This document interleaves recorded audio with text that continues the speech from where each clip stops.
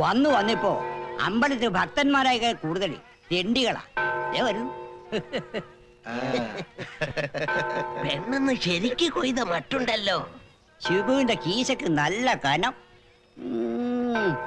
അവന് സുഖിച്ചില്ല. ലായക്കം തോട്ടി പണി കഴിഞ്ഞ് ചേരിയിലെത്തുമ്പോ കയ്യിലൊരു പൊടിക്കുഞ്ഞുണ്ടായിരുന്നു. വസൂര് വന്ന് തോട്ടി ചത്തപ്പോ ആ ചട്ടിയായിരിക്കും ഒരു ആങ്ങളെ. അന്തൊക്കെ കുറക്കാത്തോട്ട് ഒരു പോക്ക്.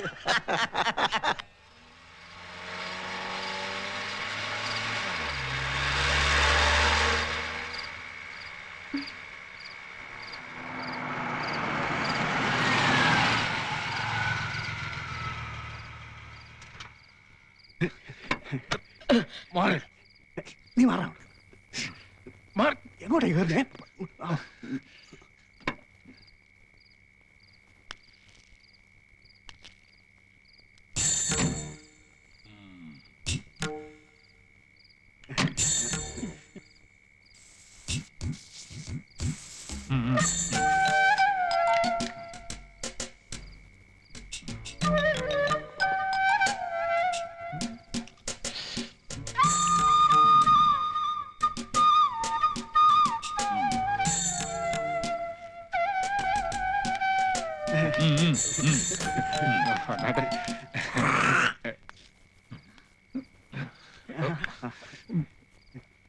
അയ്യോ കോളാമ്പി.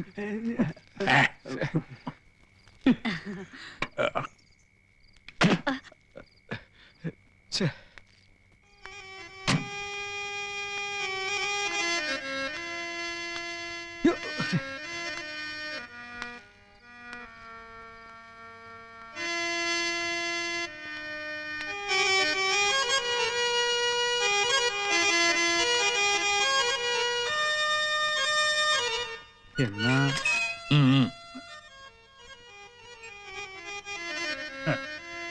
ശാന്താറാമിന്റെ കലാപരിപാടികൾ കഴിഞ്ഞില്ലേ ഇതുവരെ? ഒന്ന് നിർത്തൂ ശാന്താറാം. 24 മണിക്കൂറും അതിനു മുമ്പിലാ. ചില നേരത്തെ പെരുമാറ്റം കണ്ട കിറുക്കാണെന്ന് തോന്നും. ആ പെണ്ണിനെ ഓർത്തിട്ടാ. അവളെ ഓർക്കുമ്പം നമുക്കിതൊക്കെ ക്ഷമിക്കാതെ പറ്റുമോ ദൈവമേ? ആ വാ വാ വാ വാ. ബാക്കിയുള്ളവരൊക്കെ എവിടെ?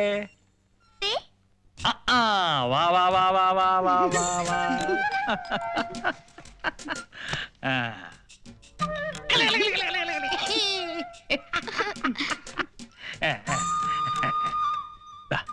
ഇത് എല്ലാവർക്കും കൊടുക്കണം.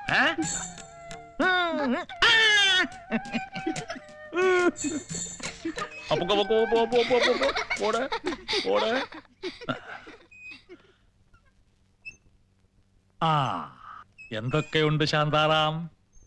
മാലയ്ക്ക് സുഖം തന്നെയല്ലേ? വരണം.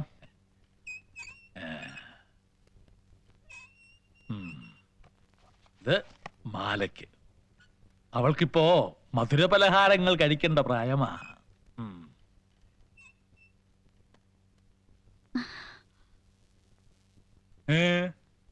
അകത്തേക്ക് വരാം. യാമി ഒരുങ്ങി. എനിക്ക് ഈ വസുമതിയുടെ ഒരു നാണം കാണുമ്പോഴാ.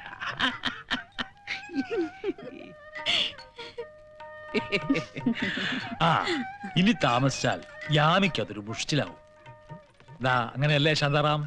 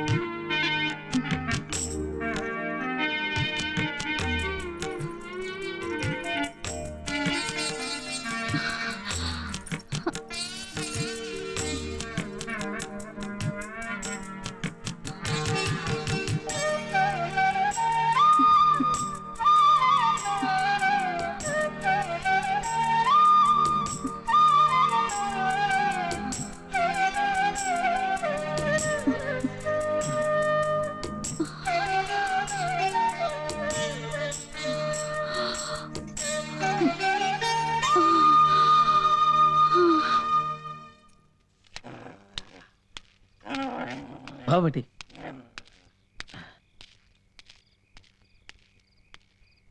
ആ വന്നോ? താനിത് എവിടെയായിരുന്നു? കാണാതായപ്പോ ഞാനിങ്ങ ഇറങ്ങി. പുരയിലെ ഏറ്റവും വിലപ്പെട്ട അതിഥി വന്നിരുന്നു, ദേവറാവു. അതുകൊണ്ട് ഇറങ്ങാൻ കുറച്ച് വൈകി. താൻ ഇപ്പോഴേ കഴിച്ചിട്ടുണ്ടോ? ആ, കുറച്ച്. വല്ലാത്തൊരു വിമ്മിട്ടം.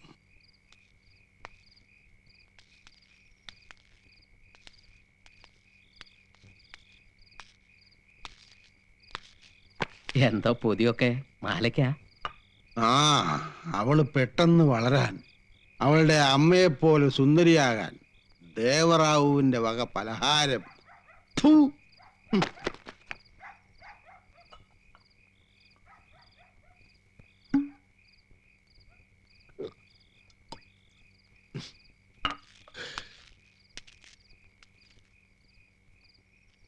വിധിയാണടോ.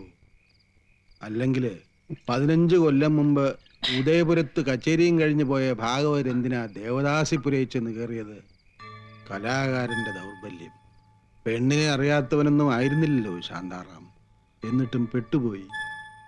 എന്റെ പാട്ടിനൊത്ത് അവളുടെ ചിലങ്കുകൾ ആടിത്തിമിർത്തപ്പോ, ആ നനഞ്ഞ വിരലുകൾ എന്നെ സ്പർശിച്ചപ്പോ, അപ്പോഴൊക്കെയും അന്നോളം അനുഭവിക്കാത്തൊരു സുഖം, ഒരാനന്ദം. ദാസിപ്പുരയിലെ ചൂട് തേടിപ്പോയവന് അന്ന് കിട്ടിയത് അതൊന്നും ആയിരുന്നില്ലടോ. നെഞ്ച് നിറച്ച്, മനസ്സ് നിറച്ച് സ്നേഹമായിരുന്നു. ദാസിപ്പുരയിൽ നിന്ന് അവളെ ഇറക്കിക്കൊണ്ട് വരുമ്പോ അന്നോളം തൊണ്ട പൊട്ടി പാടിയതെല്ലാം നഷ്ടപ്പെടുകയായിരുന്നു. എല്ലാം. ദേവദാസിയെ കൂടെ പാർപ്പിച്ചവനെ എല്ലാവരും ചേർന്ന് വിലക്കി. ഒരുപാട് തെണ്ടി ഒന്ന് പാടാൻ, ഒരു വേദി കിട്ടാൻ. അവസാനം സ്വന്തം ഭാര്യയ്ക്ക് ഒരു നേരത്തെ അന്നം കൊടുക്കാൻ വീണ്ടും പാടി. എവിടെ? അതേ ദാസിപുരയിൽ തന്നെ.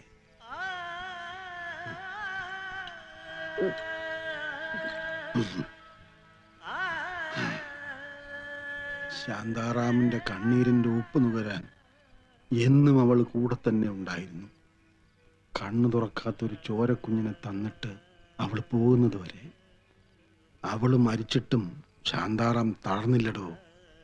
മനസ്സ് തളരാതിരുന്നിട്ടും ശരീരം തളർന്നു. രോഗിയായി. ആകെയുണ്ടായിരുന്ന വീടും പോയി. ഇപ്പോ എനിക്ക് പേടിയാകുന്നടോ. ശരിക്കും എന്റെ കുട്ടിക്ക് വില പറയുക അവരിപ്പോ. അവള് വലുതാകാൻ കാത്തിരിക്കുക. തനിക്ക് മകളെയും കൂട്ടി എവിടേക്കെങ്കിലും പോയിക്കൂടെ? എവിടേക്ക്? അതും ഈ ശരീരവും കൊണ്ട്. തെണ്ടിയിട്ടാണെങ്കിലും ഒരു നേരത്തെ ഭക്ഷണം ഉണ്ടാക്കാമെന്ന് വയ്ക്കാം. അതുമാത്രം പോരല്ലോ. അവളുടെ പ്രായം അത് അവളെ എവിടെയെങ്കിലും രക്ഷപ്പെടുത്തുമോടോ? പിന്നെ കൊടുക്കില്ലടോ. ഞാൻ ഒരു സമ്പ്രദായത്തിനും ഞാൻ അവളെ കൊടുക്കില്ല. കൊക്കിൽ ജീവനുള്ളിടത്തോളം അവളെ ഒരു ദേവദാസിയാക്കാൻ ഞാൻ സമ്മതിക്കില്ല. ജീവിതത്തിൽ എല്ലായിടത്തും തോറ്റ ഈ പാവം ഭാഗവതർക്ക് എവിടെയെങ്കിലും ഒന്ന് ജയിക്കണ്ടേടോ. ഏയ് എന്താ ഇത്? താനിത് കഴിച്ചേ, എന്നിട്ട് വാ.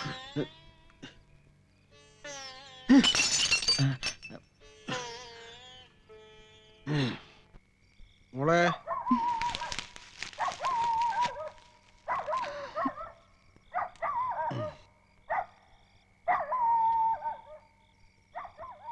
മോള് വല്ലതും കഴിച്ചോടി? അച്ഛനെടുത്ത് വെച്ചിട്ടുണ്ട്. ആ അച്ഛാ, വേണ്ട, മോള് കിടന്നോ. അച്ഛനെടുത്ത് കഴിച്ചോളാം.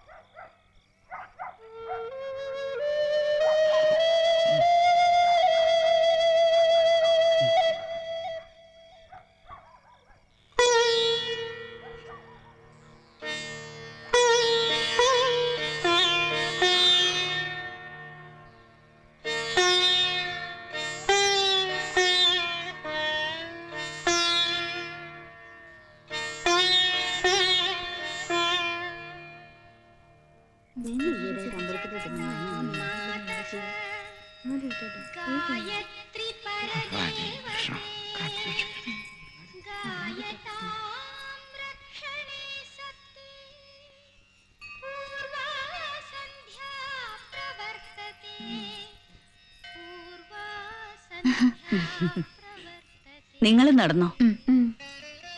നിന്നെ ഒന്ന് കാണാൻ കൂടെ കിട്ടുന്നില്ലല്ലോ എന്റെ കുട്ടി. എത്ര വട്ടം നിന്റെ അച്ഛൻ്റെ അടുത്ത് പറഞ്ഞു വിട്ടു നിന്നെയും കൂട്ടിയൊന്ന് വരാൻ. അച്ഛനൊന്നും പറഞ്ഞില്ല. എന്തു കോലായത്? എങ്ങനെ കഴിയേണ്ട കുട്ടിയാ നീ?